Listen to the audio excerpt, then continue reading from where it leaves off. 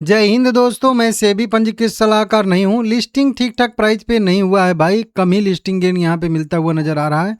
लेकिन फिर भी तकलीफ वाली कोई बात नहीं है। जैसा हम लोगों का प्लानिंग था वैसे ही अगर हम लोग करेंगे तो आगे हम लोगों को बेनिफिट हो सकता है।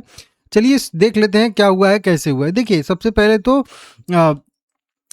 574 रुपये पे इशू हुआ था, ओपन हुआ मतलब एडजस्टमेंट इसका हुआ था 613 रुपये 30 पैसे पे। और अभी का जो टॉप बनाया है वो बनाया है 625 रुपये तक का, और लो जो बनाया है वो वहीं 613 रुपये 30 पैसे का है। अभी भी 7-7.5% के आसपास का लिस्टिंग गेन यहाँ पे शो कर रहा है, जो कि आप लोग यहाँ पे देख सकते हो। काउंटिंग अभी शुरू भी है यहाँ पे। मार्केट भी फ्लैट है, थोड़ा सा कल मार्केट में दबाव था, इसके वजह से भी थोड़ा सा निगेटिव लिस्टिंग होती हुई दिख रही है हम लोगों को। जीएमपी कहाँ गया भाई? जीएमपी को पहले पकड़िए। जीएमपी यहाँ पे 16.5% का आज भी दिखा रहा है, 94 रुपये का लिस्टिंग गेन बता रहा है। और जो है लगभग 668 पे लिस्टिंग बता रहा है। लगभग 2,444 रुपये का एस्टिमेटेड प्रॉफिट बता रहा है। लेकिन भाई बहुत कम, मतलब आधा कह लीजिए तो, मतलब मान के चलिए पर लोड के हिसाब से 1,200 रुपये का ही केवल हम लोगों को एस्टिमेटेड प्रॉफिट देखने के लिए मिल रहा है इस प्राइस के हिसाब से। अभी देखिए equity share 3.5 crore equity share trade हो चुके हैं, समझ सकते हो। टोटल कितने इक्विटी शेयर इशू हुए थे?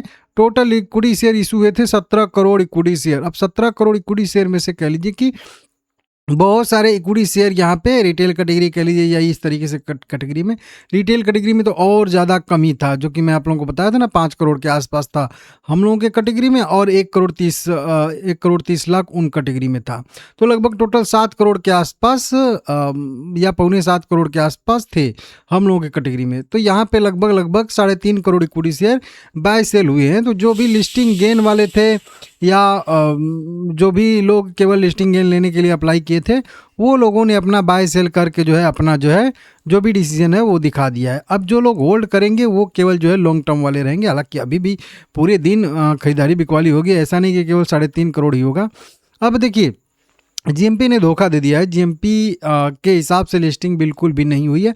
और यही मैं बताता हूँ आप लोगों को, जीएमपी केवल बस दिखाने वाली चीज़ होती है, ज़रूरी नहीं है।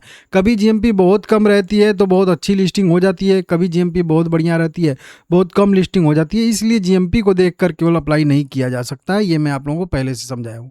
वैल्यूएशन क्या कह रहा है भाई? वैल्यूएशन भी अगर देखेंगे तो एसबीआई म्यूचुअल फंड का अभी जो है वैल्यूएशन ट्रेड कर रहा है 622 रुपये के हिसाब से। 42 का पी ट्रेड करता हुआ दिख रहा है। आर जो है यहाँ पे 56 का ट्रेड कर रहा है, आज गिरावट आई है।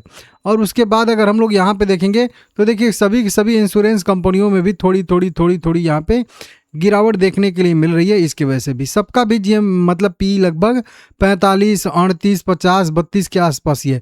तो वैल्यूएशन ये नहीं कह सकते कि हम लोग इस प्राइस पे एसबीआई म्यूचुअल फंड का वैल्यूएशन बहुत ज़्यादा महंगा है। फेयर वैल्यू पे लिस्टिंग इसकी लगभग हो चुकी है। उम्मीद थी कि थोड़ा प्रीमियम पे लिस्ट होता तो और बढ़िया रहता हम लोगों के लिए, लेकिन ठीक है भाई, क्या करेंगे। कई सारे जैसे एमके ग्लोबल अभी भी बाय रेटिंग दे रहे हैं 750 के टारगेट के लिए। और भी इस टाइप की बहुत सारी ब्रोकरेज रिपोर्ट निकल के सामने आई हैं। अगर इसको हम लोग देखेंगे ब्रोकरेज रिपोर्ट की, तो देखिए मैं टोटल केवल आप लोगों को ब्रोकरेज रिपोर्ट दिखा रहा हूँ। निर्मल बाग की बात करेंगे तो यहाँ पे 680 से लेकर 710 तक का टारगेट दे रहे हैं 1 साल का। आनंद राठी की बात करेंगे तो यहाँ पे 600 hold medium to long term के लिए यहाँ पे दे रहे हैं, देख रहे हो ना। 670 से लेकर 700 दे रहे हैं, ये भी मीडियम टू लॉन्ग टर्म के लिए एक्यूमुलेट की रेटिंग दे रहे हैं 650 से लेके 680 तक का। यहाँ पे होल्ड ये भी रेटिंग दे रहे हैं 650 से लेके 670 के टारगेट के लिए। लॉन्ग टर्म के लिए यहाँ पे सॉरी नाम पढ़ना भूल गया, यहाँ पे निर्मल बाग के बाद आनंद राठी का 670 से 700 है।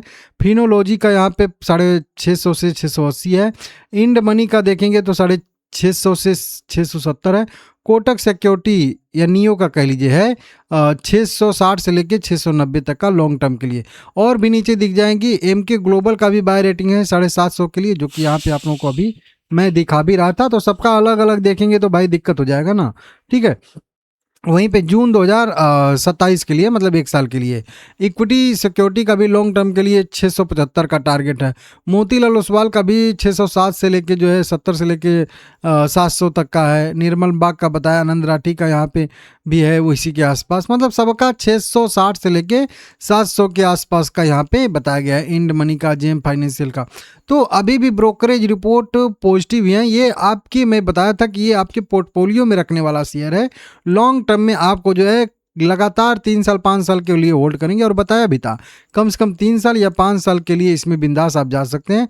साल दर साल बेसिस पे आपको ईआर बेसिस पे 17, 18, 20% तक का सीजीआर दे सकता है, ऐसी संभावना है। मान के चलिए 15 से लेकर 20% का आपको जो है अगले 5 साल में जो है ये सीजीआर दे सकता है। ठीक है ना, आपका पोर्टफोलियो इतना से ग्रो कर सकता है, मतलब इसका स्टॉक इसके लिए बढ़िया है। और पोर्टफोलियो के लिए ऐसे स्टेबल शेयर चाहिए जो कंटिन्यू जो है छोटा छोटा कह लीजिए स्टेप आगे बढ़ाते रहें। तो मेरे हिसाब से लॉन्ग टर्म वालों के लिए तो कोई दिक्कत नहीं है, अच्छा खासा वैल्यूएशन पे आगे। अब नया एंट्री अगर किसी को करना है, पूछेंगे लोग कि अभी खरीदने का मौका है कि नहीं है, तो देखिए मैं तो बोलूँगा कि अगर आप जितना भी खरीदना चाहते हैं अच्छे वैल्यूएशन पे लिस्ट हो चुका है, तो थोड़ा बहुत जो है यहाँ पे एंट्री आप जो है ले सकते हैं। मतलब अगर आपका जो है 10 क्वांटिटी खरीदने का व्यू था, तो आप उसमें से 5 क्वांटिटी यहाँ पे खरीद सकते हैं। बाकी 5 क्वांटिटी कब खरीदना है तो वो मैं आप लोगों को बताऊंगा।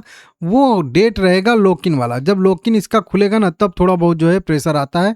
पहला लॉक-इन इसका जो खुलेगा वो खुलेगा यहाँ पे मेरे हिसाब से कह लीजिए कि वही खुलेगा एंकर लॉक-इन। यहाँ पे डेट तो दिया था 30 दिन वाला लॉक-इन इसका पहले खुलेगा, उसके बाद 90 दिन वाला लॉक-इन भी खुलेगा।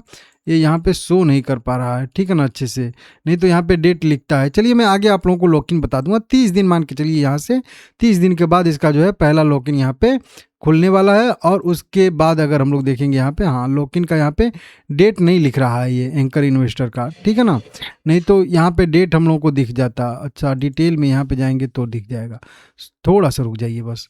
यहाँ पे देखिए 16 अगस्त को पहला इसका लॉक-इन खुलेगा और 15 अक्टूबर को दूसरा लॉक-इन खुलेगा। तो इस 2 दिन में भी आप लोग एंट्री के बारे में सोच सकते हैं, लेकिन फिलहाल में अच्छा वैल्यूएशन पे लिस्ट हुआ है, तो यहाँ पे एक जो है छोटा एंट्री बनता है अगर लॉन्ग टर्म का 3 से लेकर 5 साल का व्यू आपका है तो देख लीजिएगा। वीडियो पसंद आया लाइक करिएगा, चैनल को सब्सक्राइब करिएगा।